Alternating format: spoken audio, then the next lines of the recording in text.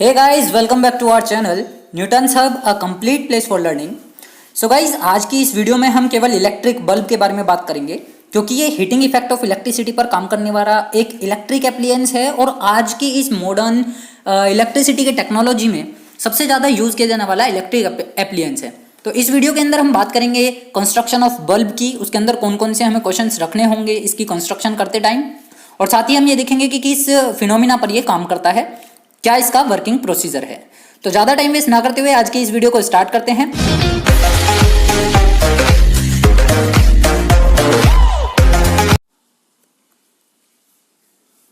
तो बल्ब के बारे में बात करने से पहले मैं आप लोगों को बता दूं कि जो बल्ब के इन्वेंटर थे, सबसे पहले बल्ब का इन्वेंशन करने वाले जो साइंटिस्ट थे, जो फिजिक्स थे, वो थे थॉमस अल्वा एडिसन। इनके नाम से सभी लोग बहुत अच्छे से वाकिफ भी हैं, सभी लोगों ने इनके बारे में बहुत अच्छे से जाना भी है कि एडिसन ने 10,000 एक्सपेरिमेंट्स करने के बाद एक सफल एक्सपेरिमेंट किया था जिसमें कि उन्होंने बल्ब का इन्वेंशन किया। अगर मैं बात करूं इनके लाइफ टाइम पीरियड की तो 11 फरवरी 1847 से 18 अक्टूबर 1931 तक इनका लाइफ टाइम पीरियड रहा है, जिसमें इन्होंने साइंस को बहुत सारे ऐसे इन्वेंशंस करके दिए हैं जिसकी वजह से आज ये हमारे इस मॉडर्न टेक्नोलॉजी के ज़माने में भी सभी के द्वारा याद किए जाते हैं। इनके जन्म की अगर मैं बात करता हूँ तो इनका जो जन्म हुआ था वो यूएसए में हुआ था और इन्होंने अपने इस पूरे लाइफ टाइम पीरियड में कुछ ऐसे इन्वेंशंस करके दिए जिनमें से बल्ब और फोनोग्राफ का इन्वेंशन सबसे ज़्यादा फेमस है और सबसे ज़्यादा यूज में आने वाला एक इन्वेंशन है। तो चलिए देखते हैं ये जो बल्ब और फोनोग्राफ की हम बात कर रहे हैं कि फोनोग्राफ क्या होता है और बल्ब क्या होता है, लेकिन आपके सिलेबस में क्योंकि बल्ब है तो केवल और केवल हम यहाँ पर बल्ब की वर्किंग परफॉर्मेंस के बारे में बात करेंगे, फोनोग्राफ के लिए ज़्यादा डिस्कस नहीं करेंगे। तो फोनोग्राफ एक ऐसा इंस्ट्रूमेंट था जिसकी हेल्प से हम क्या करते हैं, बहुत सारे गाने सुन सकते थे। यानी कि पहले के टाइम में रेडियो एफएम वगैरह नहीं होते थे, उस टाइम पर फोनोग्राफ का यूज़ किया जाता था। जिस टाइम पर एडिसन ने इस फोनोग्राफ का इन्वेंशन किया था और उस टाइम में रहने वाले लोगों के लिए एक अच्छा मनोरंजन का साधन जनरेट किया था। और ये जो बल्ब है, बल्ब का इन्वेंशन भी उन्होंने अपने इस पूरे लाइफ टाइम पीरियड के बीच में ही किया, जिसके लिए उन्होंने करीब 10,000 से ज़्यादा एक्सपेरिमेंट किए थे। मोर देन 10,000 एक्सपेरिमेंट्स के बाद उन्हें अपना ये सफल एक्सपेरिमेंट मिला था जिसमें कि वो एक ऐसा एप्लियंस बना पाए जिसकी वजह से पूरा देश, पूरी दुनिया क्या कर सके, इलेक्ट्रिसिटी को फील कर सके, इलेक्ट्रिसिटी में अपने काम कर सके, या एक ऐसी चीज़ उन्होंने हमें बना करके दी। मैं कहूँगा कि ये हमारे जीवन के लिए एक वरदान साबित हुई। तो चलिए देखते हैं बल्ब किस तरीके से काम करता है और क्या क्या इसके लिए हमें ज़रूरत होती है सामानों की, कि किस किस चीज़ की हेल्प से हम बल्ब का कंस्ट्रक्शन कर सकेंगे। बल्ब के वर्किंग प्रोसीजर को समझने के लिए सबसे पहले हमें ये समझना होगा, देखिए ये जो स्ट्रक्चर आप यहाँ देख पा रहे हैं ये एक बल्ब की स्ट्रक्चर है। सभी लोग इसे बहुत अच्छे से पहचानते भी हैं। बहुत सारी नई नई शेप्स के, नए नए डिज़ाइन के आजकल इलेक्ट्रिक बल्ब्स, बल्कि आजकल तो CFL टाइप की, LED टाइप की बहुत सारी लाइट्स चल रही हैं। लेकिन पुराने टाइम में ये बल्ब्स ही यूज़ किए जाते थे और हम लोगों ने भी अपने घरों में ये बल्ब्स का काफ़ी यूज़ किया है। तो मैं आपको बता दूं कि इन बल्ब्स में ये जो इलेक्ट्रिसिटी ग्लो होता है उसके लिए सबसे पहले हमें इन्हें एक इलेक्ट्रिक सर्किट से कनेक्ट करना होता है, जिसकी हेल्प से इनको क्या मिलती है, इलेक्ट्रिसिटी मिलती है। जैसे ही इन्हें इलेक्ट्रिसिटी मिलेगी तो इनके अंदर जितना भी ये चीज़ आप देख पा रहे हैं, इसके बारे में हम अभी डिटेल स्टडी करेंगे। फिलहाल मैं आप लोगों को बता दूं कि इलेक्ट्रिसिटी से कांटेक्ट आते ही इसका टेम्परेचर क्या हो जाता है, राइज होना शुरू हो जाता है। जैसे जैसे टेम्परेचर बढ़ता जाता है वैसे वैसे ये जो बल्ब है ग्लो करना शुरू करता है और एक टाइम आता है जब ये वाइट ग्लो हो जाता है। तो इस तरीके से हमारा पूरा इलेक्ट्रिक बल्ब काम करता है। सबसे पहले हम इनकी कंस्ट्रक्शन के लिए बात करते हैं। तो मैं आप लोगों को बता दूं कि इसके कंस्ट्रक्शन में बहुत सारे पार्ट्स हैं जिनको आपको ध्यान रखना होगा और बहुत सारे क्वेश्चन ऐसे हैं जिसकी बिना एक इलेक्ट्रिक बल्ब को नहीं बनाया जा सकता और ग्लो नहीं कराया जा सकता। तो जैसा कि आप लोग देख पा रहे हैं ये है इलेक्ट्रिक बल्ब की कंस्ट्रक्शन। इस कंस्ट्रक्शन में यहां पर मैंने बहुत सारे पॉइंट्स पॉइंट आउट किए हैं। पॉइंट नंबर 1, 2, 3, 4, 5, 6 इस तरीके से आपको नंबर्स भी दिख रहे होंगे और साथ ही इसके बराबर में मैंने ये गाइडलाइंस लिखी हैं कि हर नंबर अपना एक स्पेसिफिक गाइडलाइन हमें मेंशन कराता है। हर नंबर को एक स्पेसिफाइड वर्क के लिए यूज किया गया है। तो अगर मैं नंबर वाइज बात करता हूं, सबसे पहला जो इसमें हमारे पास है नंबर 1। नंबर 1 आप देख पा रहे हैं ये एक आउटलाइन, ये जो आउटलाइन आपको दिखाई दे रही है इसको नंबर 1 का नाम दिया गया है क्योंकि ये ग्लास से बना हुआ है। तो ये आउटलाइन है ग्लास बल्ब की जिसको कांच की हेल्प से तैयार किया गया है। पार्ट 2 की मैं बात करता हूं अगर, तो पार्ट 2 जो है वो इसके अंदर का ये ब्लैंक स्पेस है जो आप लोग देख पा रहे हैं। ये ब्लैंक स्पेस जो है किसी गैस से भरा हुआ होता है। अब वो जो गैसेज हैं सारी की सारी गैस, या तो आप इनर्ट गैस लेंगे या मैं कहूंगा कि अनरिएक्टिव गैसेज हमें लेनी है। अब ये इनर्ट गैस और अनरिएक्टिव गैसेज कौन हो सकती हैं? आर्गन हो सकती है, नाइट्रोजन हो सकती है, क्रिप्टन हो सकती है, जिनोन हो सकती है। आप केमिस्ट्री के अंदर जब आप 11वीं क्लास में जाएंगे तो इनर्ट गैस के लिए पूरा एक डिटेल स्टडी करेंगे। फिलहाल आप लोगों को यहाँ पर याद रखना है कि इलेक्ट्रिक बल्ब की कंस्ट्रक्शन में हमें कुछ इनर्ट गैसेज या अनरिएक्टिव गैसेज लेनी होती हैं, due to the reason because अगर हम यहाँ पर कोई भी एक रिएक्टिव गैस ले लेंगे तो वो टेम्परेचर के कॉन्टेक्ट में आकर के एकदम से बर्स्ट होगी, बर्न हो जाएगी, और बर्न होगी तो बल्ब क्या हो जाएगा? फट जाएगा, बर्स्ट हो जाएगा। इसलिए हम यहाँ पर ध्यान रखते हैं कि जब कभी भी बल्ब की कंस्ट्रक्शन हमें करनी होती है तो उस केस में हम अनरिएक्टिव गैसेज को लो प्रेशर पर इस कांच के इस सर्किट के अंदर, कांच की इस आउटलाइन के अंदर भर देते हैं। अब ये जो शेप है वो डिपेंड करता है कि कंपनी किस टाइप की शेप आपको देना चाह रही है। जैसे देखिए ये जो बल्ब है ये सबसे पुराना बल्ब नहीं है जो स्टार्टिंग में एडिसन ने इन्वेंट किया था। उसके लिए हम एक अलग से सेपरेट वीडियो में बात करेंगे, मैं आपको पूरी हिस्ट्री ऑफ बल्ब बताऊंगा। वहां पर आप देख पाएंगे कि बल्ब सबसे पहले जो एडिसन ने बल्ब का इन्वेंशन किया था वो किस शेप का था। ये तो मॉडर्न टाइप हो गया है, जैसे जैसे लाइफ टाइम आगे बढ़ता चला गया, लाइफ पीरियड आगे बढ़ता चला गया, हमारा लाइफ स्पान अपग्रेड होता जा रहा है, उसी तरीके से इनकी शेप को भी इंप्रूवमेंट देते जा रहे हैं। तो यहाँ पर हम बात कर रहे हैं पार्ट नंबर 3 की। पार्ट नंबर 3 आप देख पा रहे हैं, ये एक सर्कुलर कोयल जैसा आपको दिखाई दे रहा है। इस टाइप की एक स्ट्रक्चर है ये। किसी एक रोड के ऊपर इस तरीके से अगर मैं कोइल्स लगा दूं, ये जो मैंने गोल गोल स्प्रिंग सी बना दी है, ये क्या है? कोइल है। बेसिकली ये क्या है? फिलामेंट है। इस बल्ब का फिलामेंट इसे बोला जाता है। और मैं कहूंगा कि ये इसके लिए एक जड़ी बूटी का काम करता है। अगर ये फिलामेंट यहाँ से हट जाए या हिल जाए या टूट जाए तो हमारे लिए वो बल्ब किसी काम का नहीं होगा। यानी कि ये इस बल्ब के लिए पूरे स्टेम का काम करता है। अगर पेड़ का तना काट दिया जाए तो पेड़ नीचे गिर जाता है, उसी तरीके से यहाँ पर ये जो फिलामेंट है ये इस बल्ब के लिए एक तने का ही काम करेगा। अगर मैंने इसको तोड़ दिया या खराब हो गया तो ये बल्ब भी काम नहीं करेगा। इसका नाम होता है फिलामेंट और ये बना होता है टंगस्टन का। टंगस्टन एक ऐसी मेटल है जिसका मेल्टिंग पॉइंट बहुत ज्यादा हाई होता है। इसका रीजन मैं आपको बताऊंगा कि टंगस्टन को ही क्यों यूज किया जाता है इन बल्ब्स को बनाने के लिए। नेक्स्ट बात कर रहे हैं हम पार्ट नंबर 4 की। जो आप देख पा रहे हैं ये ग्रीन कलर के एक वायर से कनेक्टेड है। 4th नंबर का जो पार्ट है ये ग्रीन कलर का वायर है और ये ग्रीन कलर का वायर इस टंगस्टन के फिलामेंट से जुड़ता हुआ नीचे तक आता है। नीचे तक कहां तक आ रहा है? देखिए यहाँ पे आप देख पा रहे हैं ये वाला जो पार्ट है ये इलेक्ट्रिकल सर्किट से कनेक्ट होने वाला पार्ट है। ये बल्ब इलेक्ट्रिक सर्किट से कनेक्ट होता है जब हम इसको किसी भी सर्किट में जोड़ेंगे। तो ये बल्ब जो है टंगस्टन से जुड़ता हुआ और कहां तक आ रहा है? नीचे तक, यानी एग्जिट तक आ रहा है। अब देखिए हर किसी इंस्ट्रूमेंट के पास एक एग्जिट पोल होता है और एक एंटर पोल होता है फॉर दी करंट। करंट एक पार्ट से एंटर करेगा और दूसरे पार्ट से बाहर निकलेगा। जिस तरीके से हमारे घर में क्या होता है, हमने तो अपने घर में एक ही दरवाजा लगाया हुआ है, उसी घर से हम एंट्री करते हैं, उसी दरवाजे से हम एग्जिट करते हैं। लेकिन अगर आप सिनेमा हॉल्स में, पिक्चर हॉल्स में गए होंगे, पीवीआर वगैरह में गए होंगे तो आपने देखा होगा कि जिस गेट से हम एंट्री करते हैं कभी भी उस गेट से एग्जिट नहीं होती। एग्जिट के लिए अलग डोर्स बने होते हैं, अलग पोल्स बने होते हैं। उसी तरीके से यहां पर बल्ब में भी 2 पोल होंगे, एक एंटर पोल होगा और एक एग्जिट पोल होगा। तो अगर एंटर पोल की मैं बात करता हूं तो इलेक्ट्रिसिटी एंटर करेगी एंटर पोल से और एग्जिट पोल से इलेक्ट्रिसिटी हो जाएगी बाहर। इस तरीके से पूरा सर्किट क्या होता है? कंप्लीट होता है। क्योंकि सर्किट कंप्लीट होने के लिए इलेक्ट्रिसिटी को positive terminal of the battery से नेगेटिव टर्मिनल ऑफ बैटरी तक जाना होता है। तो यहां पर क्या हो रहा है, ये जो ग्रीन वाला पार्ट है ये एक एंटर पोल की तरह काम कर रहा है। और ये क्या है? देखिए इस वायर को हम बोलते हैं कॉन्टैक्ट वायर। ये कौन सा वायर है? कॉन्टैक्ट वायर है और ये गोज आउट ऑफ स्टेम, नीचे तक ये जाता है। टंगस्टन से ये कहां तक जा रहा है? नीचे तक जा रहा है।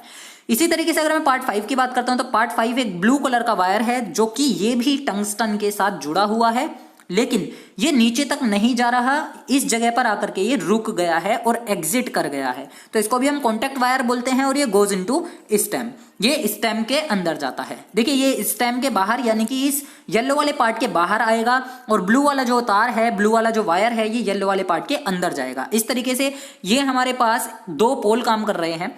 पार्ट नंबर 6 की हम बात कर रहे हैं। पार्ट नंबर 6 में आप देख पा रहे हैं छोटे छोटे से 2 वायर जुड़े हुए हैं। आप ये देख पा रहे होंगे कि ये छोटे छोटे से 2 वायर इस तरीके से जुड़े हुए हैं जो कि एक सपोर्ट दे रहे हैं इस टंगस्टन की कॉइल को, टंगस्टन के फिलामेंट को। तो इनको हम बोलते हैं सपोर्टिंग वायर। ये क्या होते हैं? सपोर्ट वायर्स होते हैं। इनके अंदर कोई भी इलेक्ट्रिसिटी का कंडक्शन नहीं होता, केवल और केवल इस टंगस्टन फिलामेंट को सपोर्ट देने के लिए, ताकि ये गिरे ना। इसलिए इन वायर्स को जोड़ा जाता है। याद यही रखना है कि ये जो दोनों वायर्स हैं इनके अंदर कंडक्शन ऑफ इलेक्ट्रिसिटी नहीं होता, ये नॉन कंडक्टिंग वायर भी हो सकते हैं।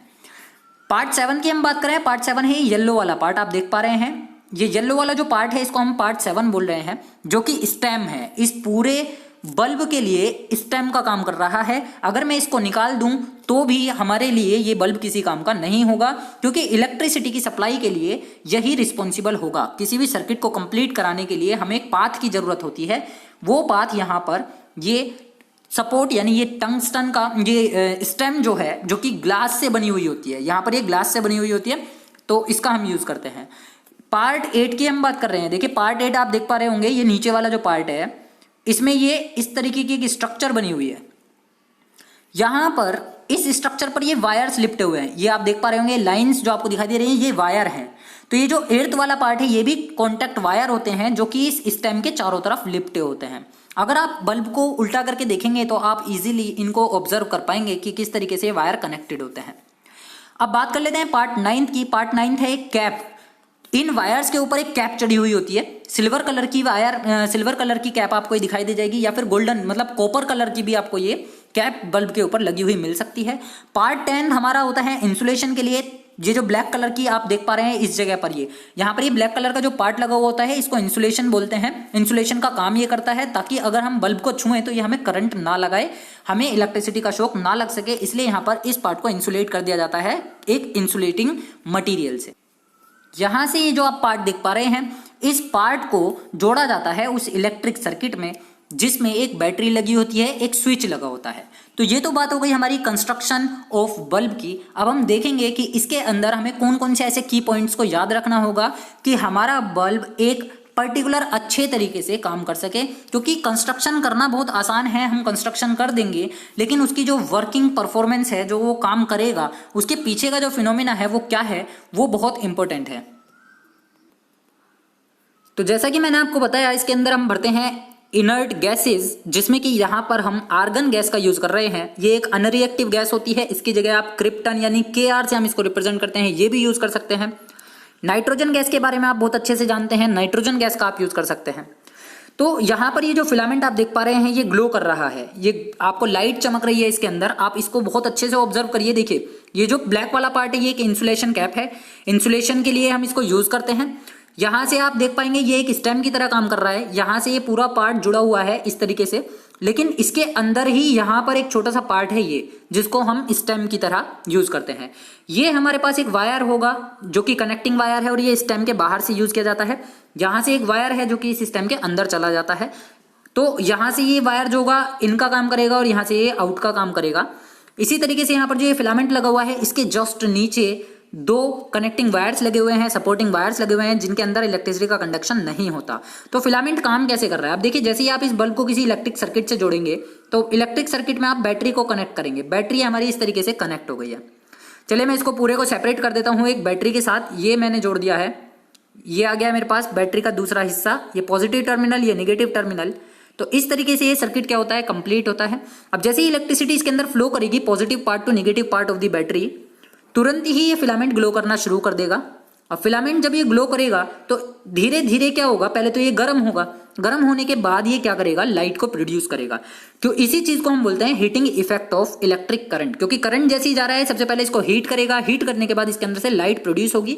और ये बात आप लोगों को यहाँ ध्यान रखनी होगी कि जितना अमाउंट ऑफ करंट आप इसके अंदर प्रोड्यूस कराएंगे, जितना अमाउंट ऑफ करंट यानी आई की जितनी अमाउंट आप इसके अंदर कंडक्ट कराएंगे, उतना अमाउंट कभी भी लाइट जनरेट नहीं करेगा। उसका केवल 5 to 6% part he electricity light generation में हेल्पफुल होता है, बाकी पार्ट वेस्टेज में चला जाता है। तो यहाँ पर इस बल्ब के अंदर जो हमने फिलामेंट यूज किया है वो एक रेसिस्टेंट वायर है। वो जो फिलामेंट हम इसके अंदर यूज कर रहे हैं वो एक रेसिस्टेंट वायर होता है। रेसिस्टेंस हाई होने की वजह से ही वो क्या करता है, गर्म होता है और अपने अंदर से लाइट को इमिट करता है। ये रीजन है टंगस्टन फिलामेंट को यहाँ यूज करने का। जो टंगस्टन की हम बात कर रहे हैं, टंगस्टन को यूज इसीलिए किया गया क्योंकि इसका रेसिस्टेंस जो होता है बहुत ज्यादा हाई होता है और बहुत ऊंचे टेम्परेचर पर भी ये मेल्ट नहीं होता। और ये बहुत अच्छी चीज है, हम लोगों को मालूम है जिस मेटल का रेजिस्टेंस बहुत ज्यादा हाई होता है उसमें हीटिंग इफेक्ट ऑफ करंट भी हाई प्रोड्यूस होता है। तो चलिए देखते हैं यहाँ पर हमें कौन कौन से की पॉइंट्स को याद रखना होगा इस इलेक्ट्रिक बल्ब की कंस्ट्रक्शन को समझने के लिए, वर्किंग को समझने के लिए। उम्मीद करता हूं कि अभी तक आपने इस वीडियो को लाइक कर दिया होगा और चैनल को भी सब्सक्राइब कर लिया होगा, लेकिन फिर भी अगर आप में से कुछ लोग अभी इस चैनल पर जुड़े हैं और अभी इस वीडियो को देख रहे हैं तो आपसे रिक्वेस्ट करूंगा कि आप इस चैनल को सब्सक्राइब जरूर से कर लीजिएगा ताकि आपको आने वाली वीडियो का नोटिफिकेशन मिलता रहे। तो अभी हम बात कर रहे हैं की पॉइंट्स की। बल्ब के लिए हमें कौन कौन से ऐसे की पॉइंट्स याद रखने हैं, उन की पॉइंट्स की हम बात कर लेते हैं। सबसे पहली जो चीज मैंने आपको बोली कि जो टंगस्टन फिलामेंट इसके अंदर हम यूज करते हैं उसका रेसिस्टेंस बहुत ज्यादा हाई होता है। उसका रेसिस्टेंस जो होता है वो बहुत ज्यादा हाई होता है और रेसिस्टेंस हाई होने की वजह से इसका मेल्टिंग पॉइंट क्या होगा, हाई होगा, जो कि अप्रोक्स 3380 डिग्री सेंटीग्रेड होता है। इस टंगस्टन के फिलामेंट को हम ग्लास बल्ब के अंदर यूज करते हैं। क्या करने के लिए? इनकैंडेसेंट का एक प्रोसीजर होता है। जैसे ही आप किसी इलेक्ट्रिक एप्लायंस में करंट पास कराते हो तो वो हीट होगा और हीट होने के बाद इनकैंडेसेंट का प्रोसीजर होगा। इनकैंडेसेंस होता क्या है इसके बारे में भी हम स्टडी करेंगे। ये फिनोमिना है behind the glowing of the bulb. Bulb के ग्लो करने के पीछे का जो फिनोमिना है उसी को इनकैंडेसेंस बोला जाता है।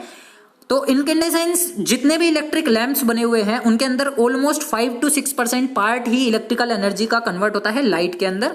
बाकी पार्ट जो होगा वो सब वेस्ट हो जाएगा उसको हीट करने में। मान लीजिए किसी बल्ब को मैंने सपोज 80% इलेक्ट्रिक एनर्जी पास कराई या इलेक्ट्रिक करंट जो है वो 80% पास कराया, तो हमेशा 80% पार्ट कभी भी लाइट में कन्वर्ट नहीं होगा। 80% का ऑलमोस्ट 5% पार्ट ही केवल किस में कन्वर्ट होगा, लाइट में कन्वर्ट होगा। बाकी का जो 75% है वो इसको हीट करने में वेस्ट हो जाएगा, खर्च हो जाएगा। तो यहाँ पर जितने भी हमारे डिस्चार्ज लैंप्स बने होते हैं या इलेक्ट्रिक वेल्डिंग में आपने देखा होगा हमारे रोड साइड्स पर इलेक्ट्रिक वेल्डिंग वाले लगे हुए होते हैं। ये उनके पास जब हम वेल्डिंग कराने के लिए कभी भी जाते हैं तो इलेक्ट्रिक आर्क की जनरेशन वो करते हैं, इलेक्ट्रिक आर्क को जनरेट करते हैं। वो भी हीटिंग इफेक्ट पर ही काम करता है। इलेक्ट्रिक करंट के हीटिंग इफेक्ट से ही वो वेल्डिंग मशीन काम करती है। इनकैंडेसेंट है क्या?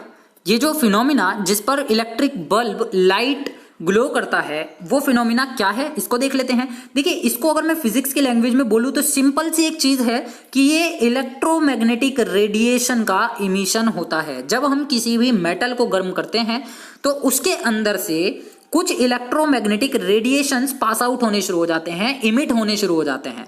ये फिनोमिना ही इनकैंडेसेंस कहलाता है। तो आप लोग याद रखेंगे incandescence is the phenomena of emission of electromagnetic radiations including visible lights. आप ये यहाँ याद रखेंगे, इसके अंदर सारी विजिबल लाइट्स भी इंक्लूड की जाती हैं इनविजिबल लाइट्स के साथ साथ। तो अगर किसी भी बॉडी को मैं टेम्परेचर देकर के गर्म कर दूं, किसी एक बॉडी को मैंने टेम्परेचर राइज कराया, उसके टेम्परेचर को अगर मैं इंक्रीज कराता हूं तो बॉडी क्या हो जाएगी, गर्म हो जाएगी। और बॉडी गर्म होते ही उसके अंदर से ये विजिबल लाइट के साथ साथ इलेक्ट्रोमैग्नेटिक रेडिएशंस का इमिशन होना शुरू हो जाएगा। ये फिनोमिना कहलाता है इनकैंडेसेंस। इसको हिंदी में बोलते हैं स्फुरदीप्ति। अगर मैं बात करता हूं इनकैंडेसेंस की तो ये एक लैटिन लैंग्वेज का एक वर्ड है इनकैंडेसर। इनकैंडेसर जिसकी हेल्प से, जिससे ये इनकैंडेसेंस वर्ड का इन्वेंशन हुआ है। इसका मीनिंग होता है लैटिन लैंग्वेज में कि to glow white, white colour में ग्लो करना, श्वेत तप्त हो जाना, सफेद रंग के साथ गर्म हो जाना। ये एक स्पेशल केस होता है थर्मल रेडिएशन का। अगर मैं फिजिक्स में बात करता हूं, जब हम किसी भी चीज को गर्म करते हैं तो उसके अंदर से रेडिएशन इमिट होते हैं। यह फिनोमिना होता है थर्मल रेडिएशन। लेकिन यहाँ पर जो रेडिएशंस निकल रहे हैं वो लाइट की फॉर्म में निकल रहे हैं, इसलिए स्पेशल केस माना जाता है थर्मल रेडिएशंस का।